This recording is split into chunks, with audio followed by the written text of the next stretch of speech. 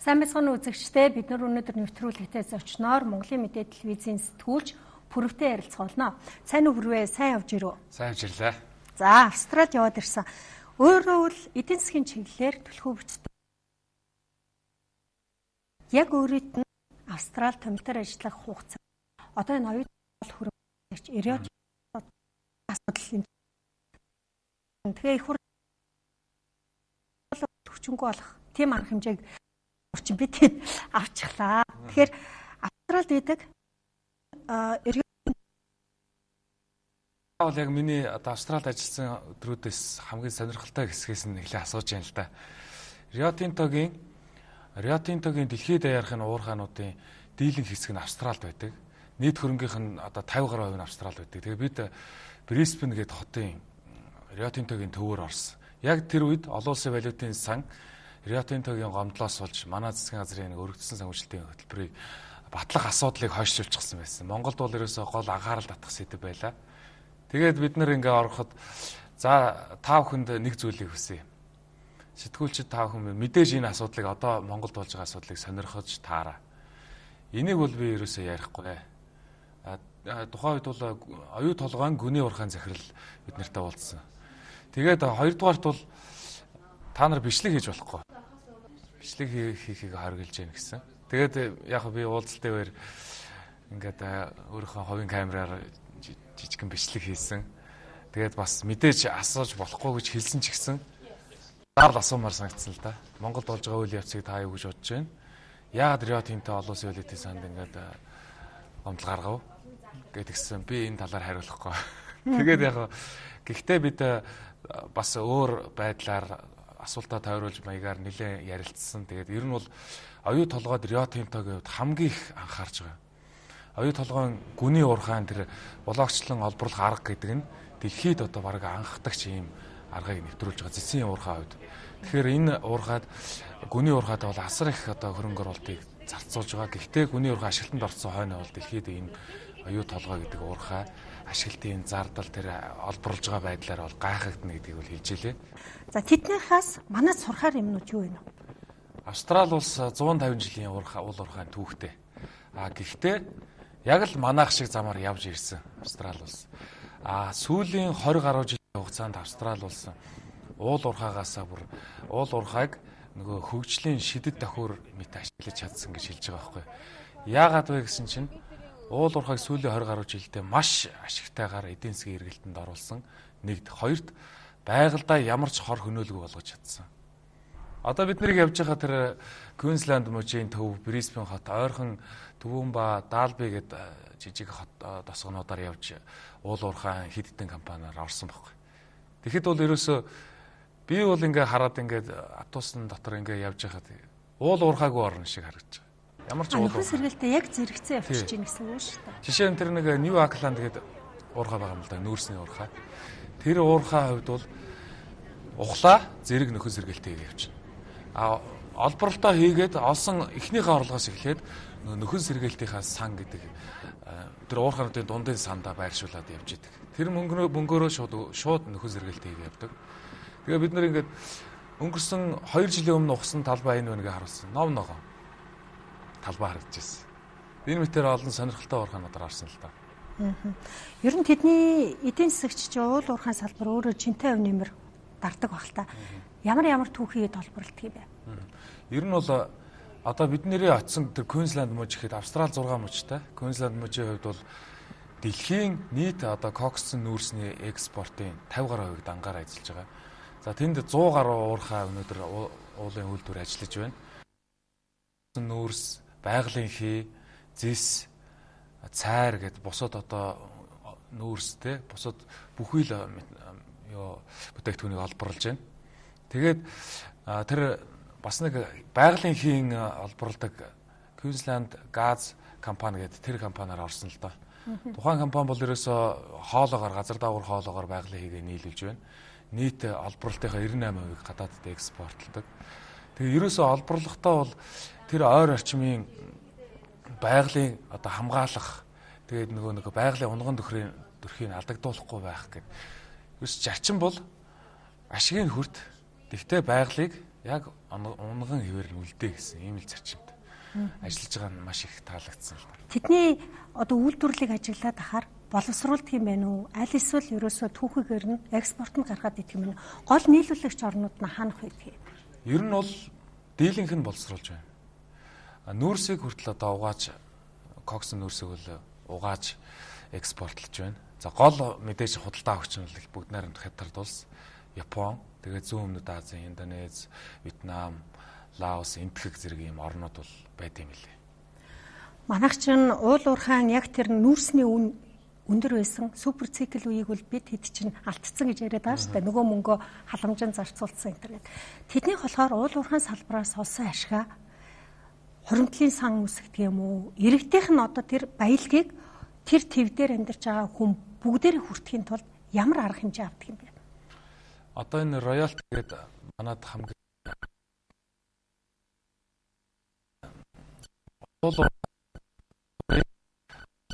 Албаны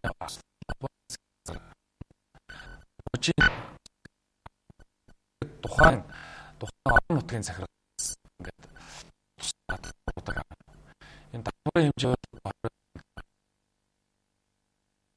татвар маш хатуу. Дээрээс нь илтод байдаг нь гарчсан. Жишээ нь нэг баг гэдээ бид тосгон төрсөн.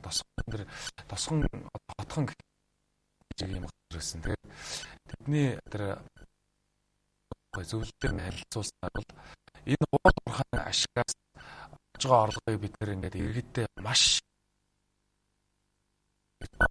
30 минутын бүр өөрсдөө гаргаж ирдэг. Иргэдийн хувьд 98% сэтгэл ханамжтай. Ерөөсөө уул уурхай орж ирлээ гэх юм бол судалгаа төрүүлээд авахд 98% нь окей, ямар ч асуудал байхгүй. Уул уурхайгаа ажиллуул гэсэн юм эерэг хандлагатай байдаг гэж хэлж байсан. Тэгээд энд бас сэтгүүлчдийн үүрэг оролцоо хамгийн чухал гэдэг. Тэгээд ер нь бол миний ажилласан энэ сая Австралид Queensland мужид ажилласан эхний хэдэн өдөр бол би ганцаараа ингээд өөрөө зураг аваад явсан л да.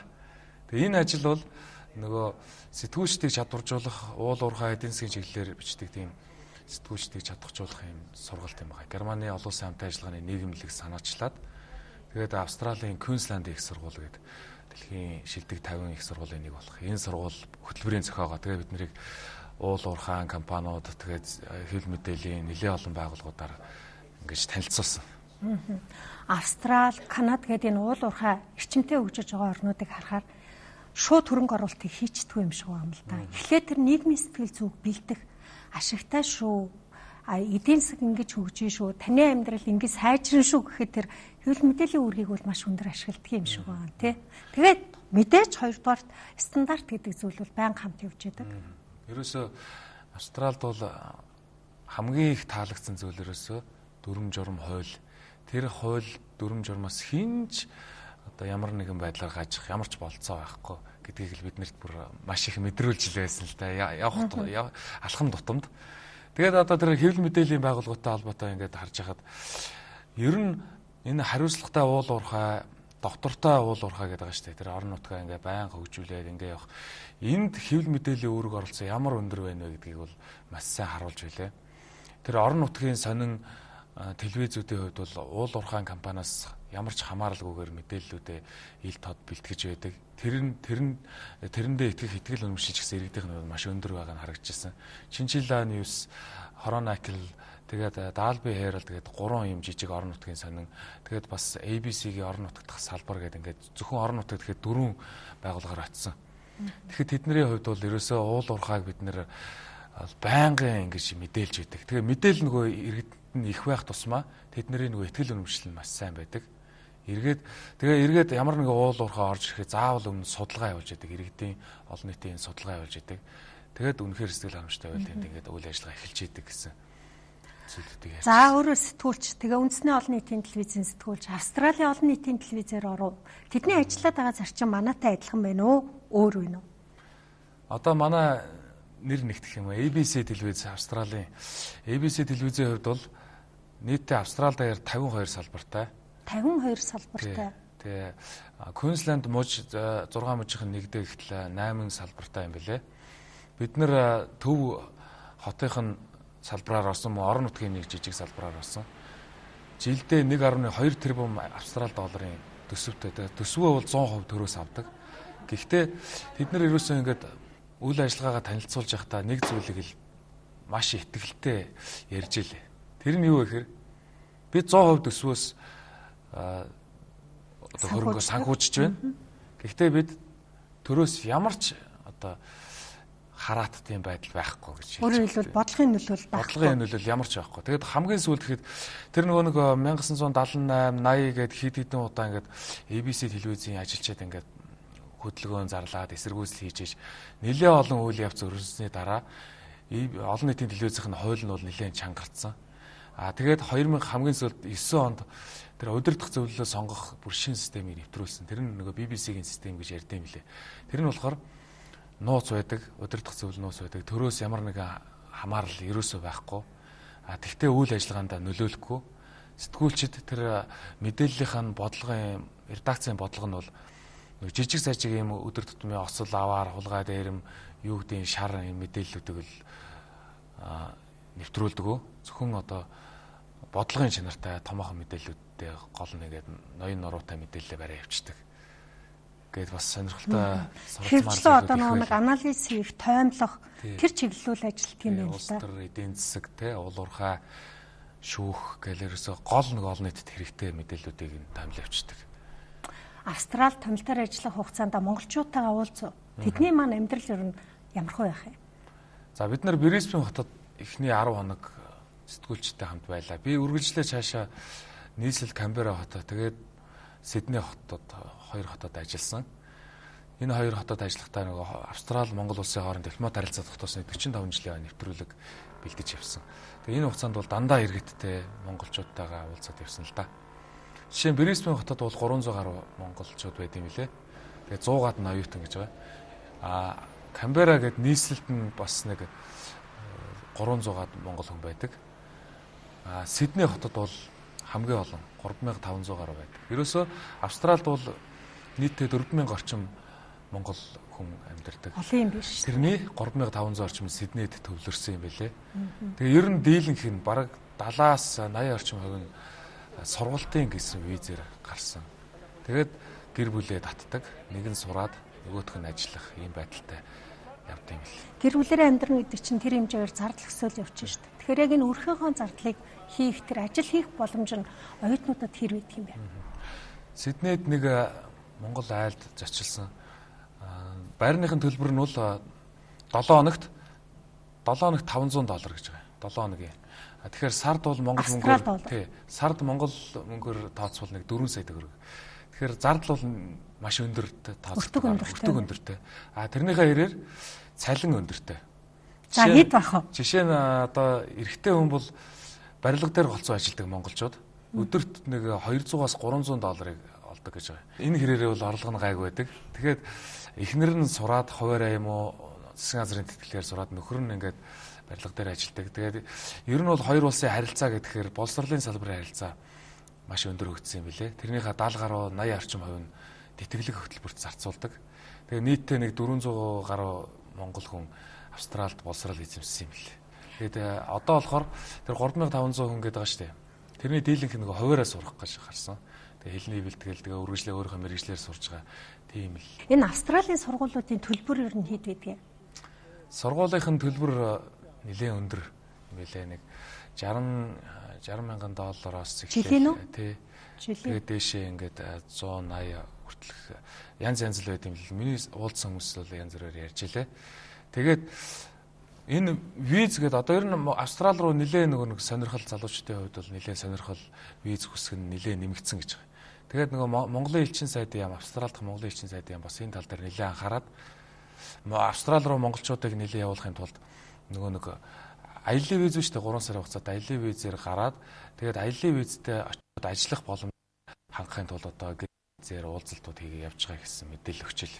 Ер нь хууль бусаар амьдрах боломж байх уу? Австралид байхгүй гэж байна. Яагаад гэвэл ажил хаан ч утсан ажил хийхэд нөгөө татварын такс нөгөө такс код гэдэг татвар төлөгчийн код гэж авдаг. Тэгээд тухайн ажил бол заавал тэр хүнд код байж иж ажилд авна. Тэр хүн цалин өгөхийн тулд заавал хин нэгэн кодтой өндөх хэвээр. Тэр хүн код авахын тулд мэдээж виз нь зөрчилгүй байх хэвээр. Оюутнуудын хувьд одоо сурахын хажуугаар 7 хэдэн цаг ч гэдэг юм ажил хийх боломж олдох уу? Оюутнууд бол боломжтой. 7 хоног тойрог.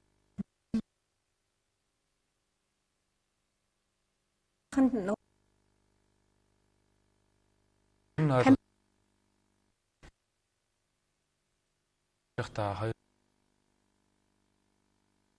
ойлголттой юм билээ. Камераг байгуулахдаа хамгийн хүйтэн газар нь. Тэгээд хүчтэй удирдагчид хүйтэн газар төрдөг гэж бүр ингээд камераар өвөл хэд байна гэсэн үг юм. Яг үгүй ер нь бол нэг хасах руу орохгүй шүү дээ. Одоо бол өвлийн улирал нь эхэлж байгаа. Гэхдээ 25 градус. Яг хөө тэгээд нөгөө бусад хотууд нь маш дулаахан болохоор камерад очихоор хүйтэн мэдрэгжил байгаа юм л да. Тэгээд камера гэдэг нь нөгөө уугуул аберген хүмүүсийн хэллэгээр бол уулзах газар гэсэн нэртэй. Яагаад тэгж нэрлэхээр Мельбурн, Сидней хоёрын яг голд байгаа байхгүй юу. Тэгээ нөгөө өмнө нь 100 гаруй жилийн өмнө Мельбурн, Сидней хоёр ер нь нийслэлийн булаалдах маягтай байсан. Хоёулаа ингээд нийслэлгсэн юм амбицтай хөгжиж исэн хотууд. Тэгээ ер нь яг дунд нь нийслэлийн шинээр байгуулъя гэдээ байгуулсан юм лээ. Өртөг ямарх байх вэ? Камерад бол өртөг өндөртэй. Сидней ер нь ажил хайж байгаа монголчуудын хувьд бол Сиднейд яагаад төвлөрөөд байх гэхээр Сидней хотын хувьд хамгийн их ажлын олд зэгтэй. За Камберад бол ер нь ажил цөөхөн байдаг. Голцоо төрийн албаагчид, оюутнууд, тэгээд дипломат ажилтнууд л ер нь амьдардаг тийм газар юм лээ. Зураг бичлэгээс харснаа их л сайхан ногоон хот байлээ. Бид нар сая ингээ яваад ирэхэд бас их сонин хүмүүстэй уулзлаа л да. Нөгөө монголоо маш их сурчилдаг, монголоо гэсэн тийм сэтгэлтэй их тийм сонирхолтой хүмүүстэй уулзсан. Жишээ нь Инх Цацар гэдэг нэг эмэгтэй бай. Тэр хүнийг тэр Камберадын Монголын элчин сайд бол хэлэхдээ энэ хүн элчин сайдын яам шиг ажиллаж байгаа шүү гэж. Монголоо тэгж сурчилж, Монгол руу жуулчдыг явуулж байгаа. Яаж яах гэсэн чинь Монгол гэр барьчихсан. Тэгээ доторх бүх тавилга эд зүйлсийн ерөөсөө ингээл бүх юм монголоор бүр арга хүртэл байгаа. Ингээд дотор нь аргал хийж гисэн ч яах шиг ингээд төлөө хийцэн тий. Тэгээ тэр хүн ингээд австралчуудыг оруулаад өөрийнхөө тэр гэртээ хонуулаад Монгол ахыг ингээд танилцуулаад ингээд ерөөсөө маш их ажил хийдэг. Бас нэг Австралийн үндэсний их сургуулийн нэг профессор эмэгтэй байна. Бас ингээд Монгол гэр бариад ингээд Монголыг сурчилж яадаг. За бас нэг Питер Сайкс гэдэг нэг Австрали ир байгаа. Тэр болохоор бүр монголоор өвчлсөн хүн гэж хүмүүс ярьдаг. Тэр нь Монгол руу 20 гаруй удаа явсан. Тэгээ өмнө нь би ерөөсөө олон орноор явж үзсэн. Тэгээд Монголд ганцхан удаа очивол миний ерөөсөө урд наснда Монгол хүн байсан юм байна гэсэн тийм бодол төрсөн гэж. Тэгээ би ерөөсөө л энэ миний их орон шиг орн байна гэд. Тэгээ 20 гаруй удаа Монгол руу яваад тэгээ одоо бид нэр гэрээр нь зочилсан л да. Тэгсэн чинь гэр нь ингээд 5 6 өрөөгөр ингээд дүүрэн Монгол эд зүйл ёс заншлыг агуулсан тийм эд зүйлийг цуглуулсан. Тэгээ нэг нь гэтэл одоо 50-аас 100 ширхгээр байх шээ. Ингээд дээл мэйл, Монгол дээл, тэгэл чонон дах, малгай бүс Монголтой холбоотой ерөөсө бүх юмыг цуглуулдаг. Тэгээд англи хэл дээр тийм өөрийнхөө 21 аймгаар тойрсон зургаа ингээд эвлүүлээд хийсэн тийм ном гаргацсан юм л. Тэрийг австралчуудад танилцуулаад явж байдаг. Яг тэр хүний амьдардаг тэр хотод бол би Монголоос ирсэн гэж хэлэхэд бол нэр маш их хүндэтгэлтэйгээр та бүхнийг хүлээж авна гэж тэр элчин сайд нь хэлж байсан. Атуу төрөл савн хүрээд ирсэн юм шиг хандах нь шүү дээ. Ер нь хамаатан дээр очиж ирсэн юм шүү. За баярлалаа бүрвэ. Бид нар өнөөдөр явлаа ярилцлага нэвтрүүлэгтээ Монголын мэдээ телевизийн сэтгүүлч Пүрэвтэй Австрал томилтоор ажилласан сонин сайхнаас нь ярилцлаа.